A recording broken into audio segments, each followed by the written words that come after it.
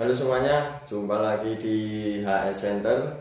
Pada video ini saya akan bahas terkait bagaimana cara atau simulasi pengisian formulir model A atau LHP ya, laporan hasil pengawasan bagi Anda PTPS atau pengawas TPS. Berikut ini simulasinya. Ikuti videonya sampai habis. Nah, teman-teman, saat ini saya sudah buka LHP, formulir LHP-nya ya, laporan hasil pengawasan pemilu. Barangkali sudah di-share oleh jajaran Panwascam atau Bawaslu.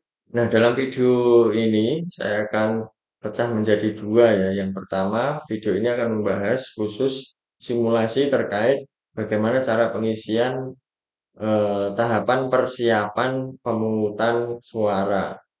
Dan nanti yang part 2 saya akan bahas terkait pengisian LHP ini tahapan pemungutan suara dan penghitungannya. Nah, kita akan bahas satu-satu. Pertama, rekan-rekan nanti akan melihat paling atas itu KOP pengawas pemilu. Entah itu nanti Panwascam ataupun Bawaslu Kabupaten Kota ya. Tergantung kebijakannya kabupaten kota masing-masing atau provinsi. Nah, di bawah kop nanti ada laporan hasil pengawasan pemilu nomor sekian-sekian, ini juga soal kebijakan ya, nomornya ini ditentukan eh, oleh jajaran Bawaslu ataupun Panwascam nanti.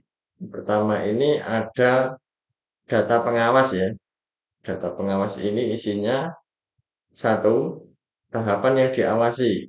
Nah, kita akan simulasi di video ini terkait persiapan pemungutan suara.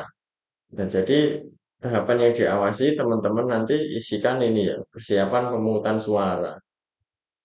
Ini tahapannya kapan? Tahapannya ini sebelum pemungutan suara dilakukan. Kemudian yang kedua, nama pelaksana tugas pengawas. Ini diisi nama rekan-rekan. Misalnya diisi Indra gini ya. Ini nama pengawas TPS. Kemudian tiga ya, jabatan. Ini pengawas TPS 03, Kelurahan Duren, Kecamatan Donggala, Kabupaten Ngawi misalnya, Provinsi Jawa Timur. Nah, ini clear ya. Satu, dua, tiga, kemudian empat, nomor surat perintah tugas. Nah, ini akan rekan-rekan nanti akan diberikan perintah tugas dari jajaran di atasnya ya. Nanti ini diisi berdasarkan surat tugas yang rekan-rekan terima. Kemudian alamat, ini alamat tempat TPS wilayah kerja rekan-rekan semua. Misalnya alamatnya eh, sama seperti alamat rekan-rekan, berarti ya ini sama ya, isi sama. Sebelum masuk ke poin kedua, soal data pengawas, saya kira clear ya, ini eh, kira-kira begini isinya. Kemudian masuk ke poin kedua, kegiatan pengawasan. Nah, angka satu ini ada kegiatan huruf A, bentuk. Jadi bentuk kegiatan ini nanti rekan-rekan isikan pengawasan langsung. Kemudian yang B, tujuan. Ini memastikan proses persiapan pemungutan di tingkat TPS sesuai dengan peraturan perundang-undangan. Karena tadi tujuan pengawasannya kan kita tahapannya adalah persiapan ya. Jadi mengawasi proses persiapan pemungutan. Jadi sebelum pemungutan dilaksanakan. Kemudian C, sasaran, tentu petugas kelompok penyelenggara pemungutan suara atau KPPS. Jadi sasaran pengawasannya adalah rekan-rekan KPPS. Yang D, waktu dan tempat, ini hari jelas ya, hari Rabu ya, tanggal 14 Februari 2024. Jamnya ini nanti disesuaikan ya, disesuaikan dengan eh, jam pada saat mulai rekan-rekan mengawasi atau hadir pada pagi hari itu. Kemudian tempat tempat ini diisi lokasi alamat TPS tempat pengawasan. TPS-nya di mana alamatnya? Ini diisi ini ya tempatnya ini ya. Romawi 3, ini ada uraian singkat hasil pengawasan. Nah, rekan-rekan, dalam uraian singkat hasil pengawasan ini tentu harus berbunyi kapan, di mana, dan apa yang diawasi pada saat itu. Nah, nanti kira-kira eh, bisa rekan-rekan tuliskan kurang lebih seperti ini ya, pengawasan persiapan pemungutan suara pada TPS 03 ya tadi ya, 03 Kelurahan Duren, Kecamatan Kedunggalar, yang berlokasi di RT RW mana, nah, ditulis lengkap ya nanti. Kemudian pada pukul eh, berapa tadi sesuaikan dengan yang di atas. Kemudian yang poin 2 ini terkait KPPS, apakah sudah menempelkan salinan DPT, DPTB, dan lain-lainnya ini.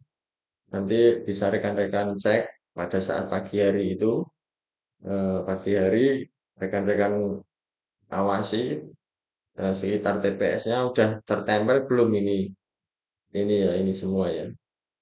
Kalau sudah, tentu rekan-rekan tuliskan di sini KPPS dalam persiapan pemungutan suara telah mengumumkan ya. Nah ini kalau belum ya belum mengumumkan dan menempelkan. Tapi kalau sudah komplit tertempel semua, tulis telah mengumumkan dan menempelkan. Dan menyerahkan atau belum salinan DPT, DPTB kepada saksi yang hadir dan pengawas TPS. Nah, jadi saksi yang hadir di situ, saksi partai atau saksi paslon yang hadir di situ, ataupun rekan-rekan PTPS itu harus diberikan salinan ini semua kepada mereka ini. Jadi KPPS harus memberikan salinan rincian ini kepada saksi dan pengawas TPS. Kalau sudah diberikan ya tulis telah memberikan ya, tapi kalau belum tulis saja belum belum memberikan. Kemudian yang poin ketiga ini soal akses, bagaimana akses difabel atau rekan-rekan difabel untuk memberikan suaranya di TPS. Nah, dan spesifikasi TPS-nya ya. Ini ukurannya kalau di pedomannya KPU itu 10 kali 8 meter. Nah, tentu juga disesuaikan dengan keadaan di lapangan. Kalau TPS-nya memungkinkan dan ada akses untuk eh, teman-teman difabel, maka eh, rekan-rekan narasikan seperti ini ya kurang lebih.